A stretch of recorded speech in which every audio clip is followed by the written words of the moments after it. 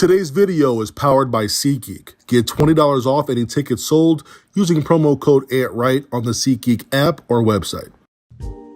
Where do the Michigan State Spartans go from here? They have losses to Minnesota, Iowa, and now Ohio State over the last 6 games, none of which are tournament teams, and seed lines might be dropping, but that might be a good thing, which I'll explain later.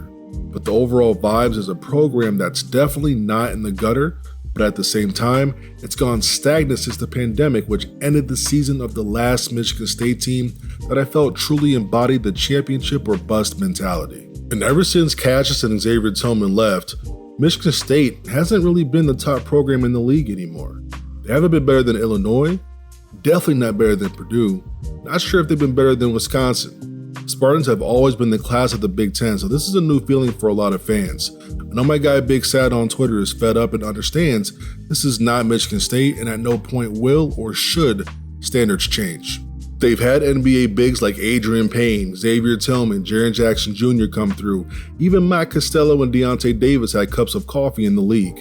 How do we go from that to now? No NBA bigs since 2020. They went to this center by committee thing where it's a carousel of 4 or 5 guys, and due to the playing style, it's really limited their overall ceiling. And then when a big with actual NBA potential like Xavier Booker comes through, we're messing around with his minutes and his role when it's very, very clear he's a better option than the alternative. And the guards is the best unit they have, one of the best you'll find in college basketball, but there's so much inconsistency. A lot is on Tyson Walker's shoulders, and if he's off, Michigan State can't do much offensively.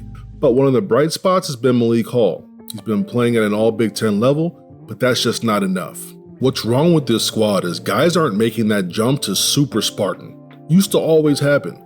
Remember what Aaron Henry did in 2021?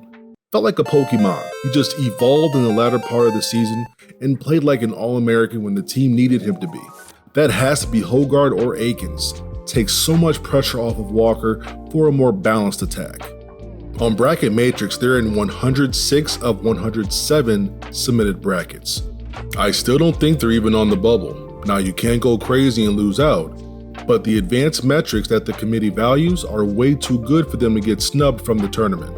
The lowest net to not make the tourney was 33, I believe. Michigan State is still in the mid-20s range. They're projected in that 8-9 seed tournament game with tough matchups coming up against Purdue and Northwestern's Boo Buie. Show well, probably end up on the 7 line again. Deep Big Ten tourney run, maybe a 6 seed. If they drop 2 of these last 3 games, they're still in the tourney, but would it really be terrible if they become an 11 seed? You avoid the 2 till the Sweet 16, you avoid the 1 till the Elite 8. That's if those top seeds even make it that far. Do you really think St. Mary's, Washington State, or Utah State are trying to play Michigan State in the first round? Absolutely not. A majority of 6 seeds would be an underdog against Michigan State going into that game. Then you see the Spartans playing the winner of 14 versus 3 seed. Comes down to matchups. Would much rather play a 3 seed like Alabama or Iowa State rather than a 1 or 2 seed like UConn or North Carolina in the round of 32. In the short term, get the most out of the few games left, hope a guard evolves. Long term, the expectation should be to build a championship team.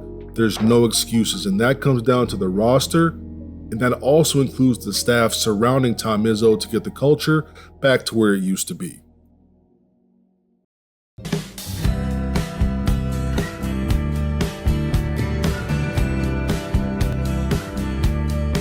Dan Dockage can't guard me.